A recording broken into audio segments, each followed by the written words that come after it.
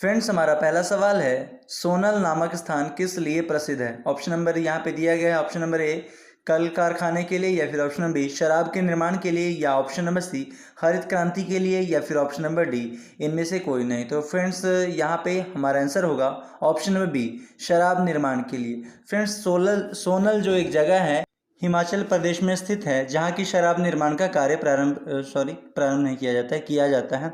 और शराब का निर्माण किण्वन के माध्यम से किया जाता है, इसको भी ध्यान में रखना है। फ्रेंड्स, हमारा अगला सवाल है, सांची का स्तूप कहाँ है। ऑप्शन नंबर ए, आंध्र प्रदेश, या फिर option number B, Madhya Pradesh, या ऑप्शन नंबर सी, हिमाचल प्रदेश, या फिर ऑप्शन नंबर डी, उत्तराखंड। यहाँ पे हमारा आंसर होगा option number B, Madhya Pradesh में। मध्य प्रदेश के रायसेन जिले में स्थित है, बेतवा नदी के किनारे ये सांची का स्तूप। और ये बौद्धों का जो पवित्र, जो बौद्ध से जितने भी प्रतिक्रियाएं हैं जो गौतम बुद्ध के द्वारा की गई थी, उन्हीं सारी बातों का विवरण इसमें प्रतिमाओं के रूप में दर्शाया गया है। यहाँ पे मैंने आपको बतला रखा है कि गौतम बुद्ध, उनके जीवन चरित्र के बारे में भी इस स्तूप को स्तूप निर्माण के रूप में दर्शाया गया है।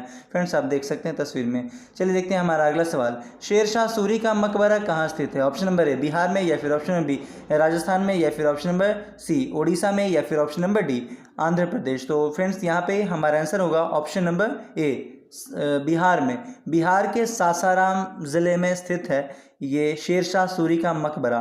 और फ्रेंड्स, इसी ने, यानी शेरशाह सूरी ने जीटी रोड का निर्माण करवाया था, जिससे कि ग्रैंड ट्रंक रोड के नाम से भी जाना जाता है। NH1 और NH2 को संयुक्त रूप से जीटी रोड के नाम से जाना जाता है। और इसने ही सिक्के भी चलवाए थे और रुपए के नाम से, जो कि आप देख सकते हैं। फ्रेंड्स, हमारा अगला सवाल है, लोकसभा सदस्य नियुक्त होने के लिए न्यूनतम उम्र सीमा क्या है। ऑप्शन नंबर ए, 25 वर्ष, या फिर ऑप्शन नंबर बी, 35 वर्ष, या फिर ऑप्शन नंबर सी, 30 वर्ष, या फिर ऑप्शन नंबर डी, 80 वर्ष। तो फ्रेंड्स, यहाँ पे हमारा आंसर होगा ऑप्शन नंबर ए, 25 वर्ष। लोकसभा सदस्य नियुक्त होने के लिए न्यूनतम कम से कम 25 वर्ष होना तय है, और 35 वर्ष राष्ट्रपति, राज्यपाल और उपराष्ट्रपति, ये तीनों जो पद हैं संवैधानिक पद हैं, इसके लिए उम्र सीमा 35 वर्ष निर्धारित की गई। तो फ्रेंड्स, यहाँ पे हमारा आंसर इस क्वेश्चन का होगा ऑप्शन नंबर ए, 25 वर्ष लोकसभा सदस्य नियुक्त होने के लिए। और फ्रेंड्स, इसे निम्न सदन के नाम से भी जाना जाता है, इसे भी आप साथ में ध्यान में रखेंगे। संसद के 2 सदन होते हैं, एक उच्च सदन, एक निम्न सदन। फ्रेंड्स, हमारा अगला सवाल है, ओणम किस राज्य का त्यौहार है। ऑप्शन नंबर ए, राजस्थान का, या फिर ऑप्शन नंबर बी, केरल का, या फिर ऑप्शन नंबर सी, पंजाब का, या फिर ऑप्शन नंबर डी, इनमें से कोई नहीं। तो फ्रेंड्स, इस जगह पे जो हमारा आंसर होगा वो होगा option number B, Kerala. Onam जो है ये प्रसिद्ध त्यौहार है, केरल का त्यौहार है। और केरल भारत का दक्षिणतम राज्य है, इसको भी साथ साथ में आप ध्यान में रखेंगे। और फ्रेंड्स, यहाँ पे जो शिशु दर है, शिशु मृत्यु दर, वो काफ़ी अन्य भारत के अन्य राज्यों से बहुत ही कम है, जिस वजह से यहाँ पे महिलाओं की संख्या अधिक है 2011 के जनगणना के अनुसार। इसको भी साथ साथ में ध्यान में रखेंगे। और अब्दुल मुनीद की सहायता से जो वास्को डी गामा भारत पहुँचा था, यही केरल के कालीकट बंदरगाह से। एक्स्ट्रा पॉइंट है, आपको ध्यान में रखना है। फ्रेंड्स, हमारा अगला सवाल है, लाल बहादुर शास्त्री ने कौन सा नारा दिया था। ऑप्शन नंबर ए, जय जवान जय किसान, या फिर ऑप्शन नंबर बी, आराम हराम है, या फिर ऑप्शन नंबर सी, करो या मरो, या फिर ऑप्शन नंबर डी, तुम मुझे खून दो मैं तुम्हें आज़ादी दूंगा।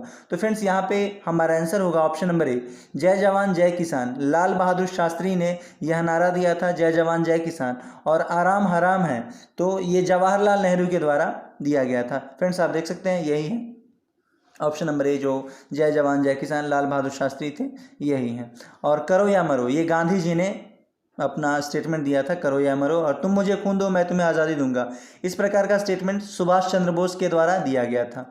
फ्रेंड्स, हमारा अगला सवाल है, AIR का पूर्ण रूप क्या होता है, यानी कि AIR का पूरा रूप क्या होता है या फुल फॉर्म क्या होता है, आपको बतलाना है। यहाँ पे ऑप्शन है ऑल इंडिया रिजर्वेशन, या फिर option number B, all India radio, या option number C, all India rank, या option number D, none of the above, यानी कि दिए गए में से कोई नहीं। तो फ्रेंड्स, यहाँ पे हमारा आंसर होगा option number B, all India radio. और ये रेडियो से संबंधित है, एक स्टेशन है जिसे कि ऑल इंडिया रेडियो के नाम से जाना जाता है, रेडियो से संबंधित है। फ्रेंड्स, हमारा अगला सवाल है, CBSE का पूर्ण रूप क्या होता है, यानी कि CBSE जो बोर्ड होता है, जैसे बिहार बोर्ड होता है उसी प्रकार से CBSE बोर्ड भी होता है। तो फ्रेंड्स, यहाँ पे से इस क्वेश्चन में आपसे पूछा गया है कि CBSE का फुल फॉर्म क्या होता है।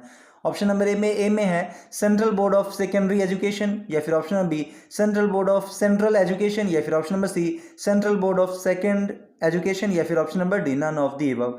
तो फ्रेंड्स यहाँ पे हमारा आंसर ऑप्शन नंबर ए है central board of secondary education. CBSE का फुल फॉर्म होता है, यानी कि पूरा रूप होता है। चलिए देखते हैं अगला सवाल।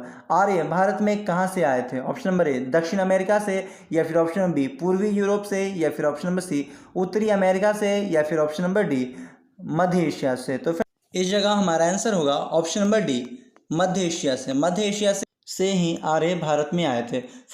अगर आप इस क्लास में नए हैं तो इस क्लास को ज़रूर सब्सक्राइब करें और लेटेस्ट वीडियो नई वीडियो की नोटिफिकेशन अपने मोबाइल पे पाने के लिए बेल आइकन को ज़रूर ऑन कर लें, जिससे कि आपका इंडियन आर्मी का जो भी GK GS में जितने भी प्रश्न पूछे जाएंगे आपको सारे प्रश्न का रिवीजन इस क्लास में करवाया जाता है।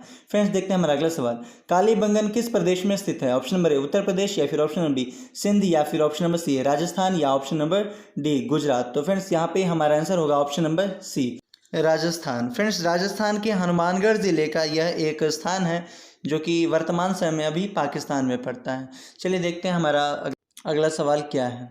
फ्रेंड्स हमारा अगला सवाल है मौर्य वंश की स्थापना किसने की थी? ऑप्शन नंबर ए बिंबिसार, या फिर option number B Chandragupta Maurya, या ऑप्शन नंबर सी कौटिल्य, या फिर ऑप्शन नंबर डी विष्णुगुप्त। तो फ्रेंड्स मैं आपको बता दूं कि इस क्वेश्चन का आंसर होगा option number B Chandragupta Maurya. Chandragupta Maurya ने मौर्य वंश की स्थापना की थी, और ये जो मौर्य वंश है ये भारत की सबसे प्राचीन और शक्तिशाली राजवंश हुआ करता था। इस वंश का शासन भारत में लगभग 137 वर्षों तक रहा था। इस तीनों सारी बातों को आपको ध्यान में रखना है जो भी मैंने आपको बतलाया है। और फ्रेंड्स ये चंद्रगुप्त मौर्य के ही दरबार में कौटिल्य रहा करते थे, जो कि अर्थशास्त्र के जनक या नीति शास्त्र के जनक यही कहलाते हैं। फ्रेंड्स हमारा अगला सवाल है सती प्रथा का उन्मूलन संभव हो सका था? ऑप्शन नंबर ए ब्रिटिश के द्वारा, या फिर ऑप्शन नंबर बी राजा राम मोहन के द्वारा, या फिर ऑप्शन नंबर सी धर्म प्रवर्तक के द्वारा, या फिर ऑप्शन नंबर डी महर्षि कवि के द्वारा। तो फ्रेंड्स इस जगह पे हमारा आंसर होगा ऑप्शन नंबर बी राजा राम मोहन राय। फ्रेंड्स ये जो राजा राम मोहन राय थे ये एक सामाजिक कार्यकर्ता थे, जिन्होंने समाज में फैली इस सती प्रथा का अंत करवाने का काम विलियम बेंटिक की सहायता से किया, जो कि एक अंग्रेज गवर्नर हुआ करते थे। और चलिए देखते हैं हमारा अगला सवाल। लोकसभा की सबसे ज़्यादा सीटें किस राज्य में हैं? ऑप्शन नंबर ए बिहार में, या फिर option number B Uttar Pradesh, या फिर ऑप्शन नंबर सी मध्य प्रदेश में, या फिर ऑप्शन नंबर डी राजस्थान में। तो फ्रेंड्स मैं आपको बता दूं कि लोकसभा की सबसे ज़्यादा सीटें, पहले तो ये कि लोकसभा संसद का निम्न सदन लोकसभा कहलाता है, और सबसे ज़्यादा सीटें उत्तर प्रदेश राज्य में हैं, जो कि आपसे अगर पूछा जाए कि कितनी है तो 80 आप कहेंगे। उत्तर प्रदेश राज्य में लोकसभा सीट की संख्या 80 है, जबकि बिहार में 40 है, यानी कि आधी, उत्तर प्रदेश की आधी।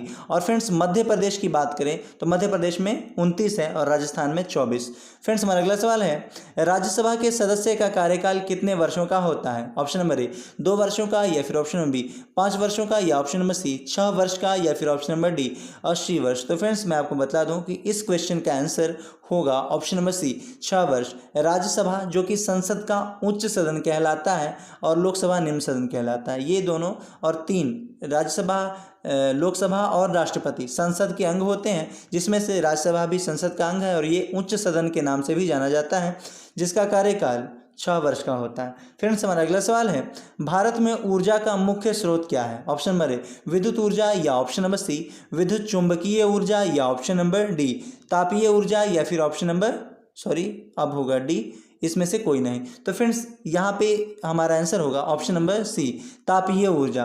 फ्रेंड्स आप तस्वीर में देख सकते हैं ये जो तापीय ऊर्जा है ये पृथ्वी धरातल के अंदर जितने भी जावा या फिर लावा जो भी हैं, जो तरल पदार्थ होते हैं, उन्हीं से बिजली उत्पादित करने का काम, उत्पन्न करने का काम इसके द्वारा किया जाता है। फ्रेंड्स हमारा अगला सवाल है सूक्ष्मदर्शी यंत्र की खोज किसने की थी? ऑप्शन नंबर ए जॉनसन ने, या फिर ऑप्शन नंबर बी न्यूटन, या फिर ऑप्शन नंबर सी आर्किमिडीज ने, या फिर option number D none of the above. तो फ्रेंड्स यहाँ पे हमारा आंसर होगा ऑप्शन नंबर ए जॉनसन ने। फ्रेंड्स आप देख सकते हैं कि ये सूक्ष्मदर्शी है और इससे किसी भी सूक्ष्म वस्तुओं को देखा जाता है। जैसे कि आप तस्वीर में देख सकते हैं कि ये जो छोटे छोटे पदार्थ होते हैं उनको बड़ा करके दिखाने का काम सूक्ष्मदर्शी के द्वारा किया जाता है। इसको आपको ध्यान में रखना है। सूक्ष्मदर्शी को इंग्लिश में माइक्रोस्कोप के नाम से भी जाना जाता है। फ्रेंड्स हमारा अगला सवाल है भारतीय संविधान में वर्तमान समय में कितने भाग हैं? और फ्रेंड्स ये क्वेश्चन है आज का, आपको कमेंट करके बतलाना है कि इसका जवाब क्या होगा। ऑप्शन है 22, 25, 21 या फिर option number D none of the above. और फ्रेंड्स आज का अगला सवाल है जो कि आपको बतलाना है, लालटेन की बत्ती में तेल का ऊपर चढ़ना कैसी प्रक्रिया है। लालटेन की बत्ती में जो तेल ऊपर चढ़ता है और जलता है तो वो कैसी प्रक्रिया, किस प्रक्रिया से होकर गुजरता है, वो आपको बतलाना है। केशिकत्व क्रिया या फिर रासायनिक क्रिया या फिर ऑप्शन नंबर सी ऊर्ध्वपातन या फिर option number D none of the above.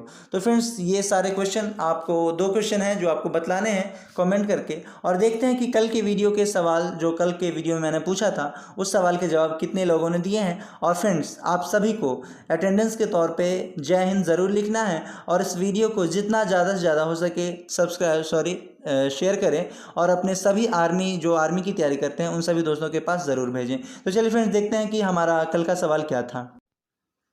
तो फ्रेंड्स कल का जो हमारा पहला सवाल है वो आपसे पूछा गया था कि भारत का जो राष्ट्रपति पर महाभियोग यह किस देश के संविधान से लिया गया है। ये आपका पहला सवाल था जिसका कि जवाब होगा अमेरिका।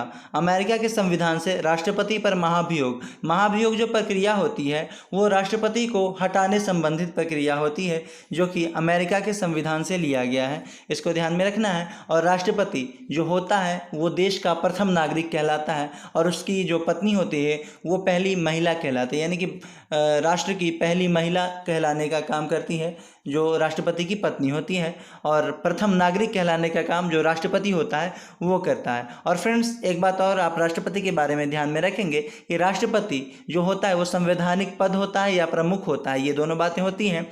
और उसके बाद तीनों सेनाओं का जो प्रमुख होता है वो राष्ट्रपति ही होता है, जैसे कि थल सेना, जल सेना और वायु सेना, जो तीनों सेना है इन तीनों सेनाओं का प्रमुख राष्ट्रपति ही होता है। और आपात के समय जब भी आपात की घोषणा होती है तो वो भी राष्ट्रपति ही करता है। चलिए ये सारी बातें आपको ध्यान में रखनी है। और राष्ट्रपति पर महाभियोग आपको मैंने बतला दिया कि अमेरिका के संविधान से लिया गया है। और फिर दूसरा क्वेश्चन जो था आपका वो था भारत से बर्मा कब अलग हुआ। फ्रेंड्स मैं आपको बतला दूं कि भारत से बर्मा 1937 में अलग हुआ। इससे पहले यह ब्रिटेन का अंग हुआ करता था, इस बात को ध्यान में रखना है आपको। और फ्रेंड्स तो ये दोनों सवाल के आंसर हो चुके हैं। और आज का आपका सवाल है वो आपको कमेंट करके बतलाना है कि उसका आंसर क्या होगा। तो फ्रेंड्स मिलते हैं इसी तरह के इंटरेस्टिंग क्वेश्चन के साथ और भी कुछ नए और कुछ खास क्वेश्चन के साथ। तब तक के लिए जय हिंद, जय भारत, जय AK अकेडमी। और फ्रेंड्स इस वीडियो को इतना देखें ताकि आपको ये सारे क्वेश्चन याद हो जाएं, आपको एग्जाम हॉल में जाने से पहले इसका रिवीजन ना करना।